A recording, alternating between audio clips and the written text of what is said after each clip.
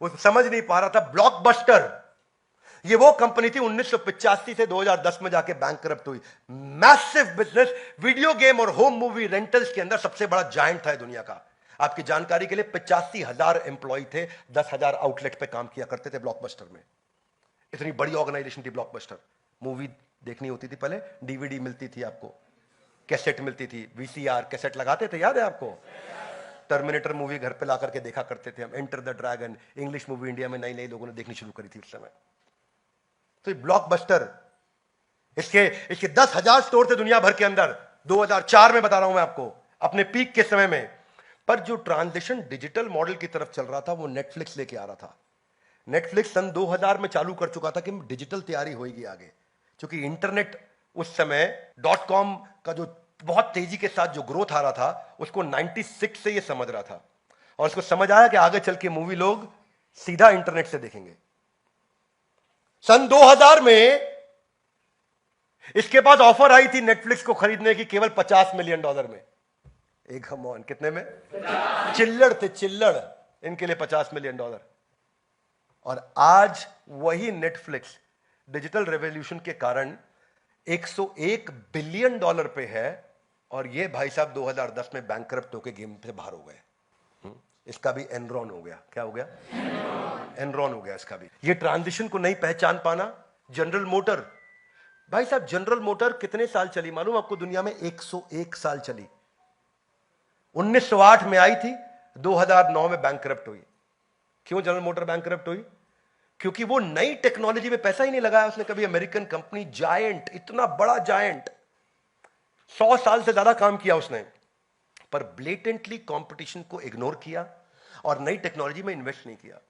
और सबसे प्यारा उदाहरण जो आप सब जानते हैं, जिसकी आप रोज बात करते हैं, वो कौन था? नोकिया। क्यों नोकिया का गेम ओवर हुआ? सबसे बड़ा कारण क्या था? नोकिया को लगता था मेरी ब्रांड की रिकॉल बड़ी है, बस मैं लेट भी लाऊंगा मोबाइल चलेगा, लोग फिर भी मेरे पास आएंगे।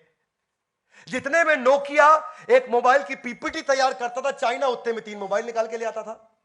और वो कारण है, एक बार पोजीशनिंग खराब हुई, आज वापस नोकिया को उठने में कितनी दिक्कत आ रही है, ये हम सब जानते हैं। Would you agree with me? Yes, no?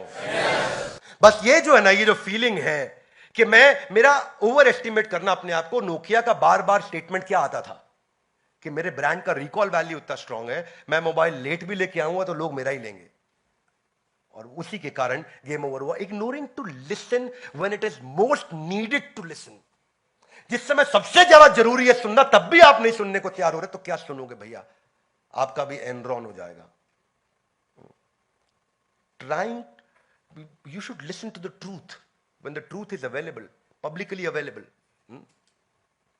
ऐसे लोग क्या करते हैं? सेंटेंस कंप्लीट नहीं होने देते सामने वाले का, बीच में टोक के बोलते हैं, बीच में रोक के बोलते हैं।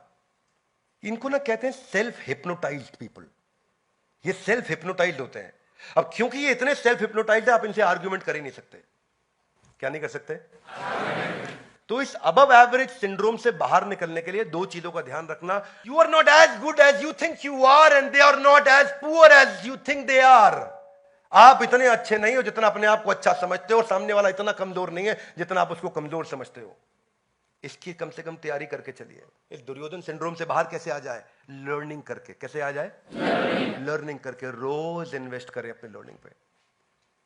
दाया हाथ आगे लाइए, बोलिए आज से अपनी लर्निंग पे रोज समय लगाऊंगा। ये वचन लेना चाहिए हर इंसान को। ये वचन लेना चाहिए कि मैं ये वचन लूंगा, अपनी लर्निंग पर लगाऊंगा। किसी और को नहीं दे रहे हो भाई, अपने लिए कर रहे हो। शार्पनिंग द सॉ इसी को बोलते हैं। यही अब्राहम लिंकन बोलते थे, अगर मेरे को पेड़ काटने के लिए आरी दी जाएगी तो 8 घंटे में मैं 6 घंटा धार लगाऊंगा और 2 घंटे में इतनी पेड़ काट दूंगा जितना कोई हिसाब नहीं जोड़ पाएगा, क्योंकि वो धार लगाना है। इसको क्या लगाना है? नहीं तो आप अपॉर्चुनिटीज को मिस कर जाओगे।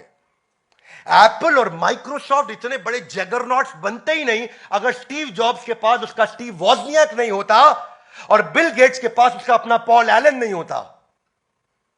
नहीं तो स्टीव जॉब्स ये बोल सकता था, अहंकार विमूढ़ आत्मा करता हमिति मन्यते, मैं ही सब कुछ हूं। नहीं बोला। उसने हमेशा स्टीव वॉजनियाक को साथ रखा, उसने पॉल एलन को साथ रखा। जब आपका कोच आपकी मदद करने को तैयार हो तो बिना बात के आर्ग्यू करने की आवश्यकता नहीं। सरेंडर करें, सुने, अपने मेंटर की शरण लें ताकि वो लर्निंग अंदर रजिस्टर हो सके। दुर्योधन की मानसिकता से हमें सीखने को मिलता है कि हमें क्या नहीं करना है। ग्रंथराज श्रीमद् भगवद गीता की हो सके तो इस वीडियो को तब तक क्या करिए, शेयर करिए, ताकि ये वीडियो से हम लोगों को इंस्पायर कर सकें, वो अपने चरित्र को और अपने चित्र को बदल सकें, अपने जीवन को बेहतर बना सकें। इस भारत के यूथ को हमारे को नई दिशा देनी है। हमारे साथ जुड़े रहने के लिए, इस वीडियो को लाइक करके हमारा उत्साह बढ़ाने के लिए, इस वीडियो को सही लोगों तक पहुंचाने के लिए आप सबका हृदय की गहराई से प्रेम पूर्वक बहुत बहुत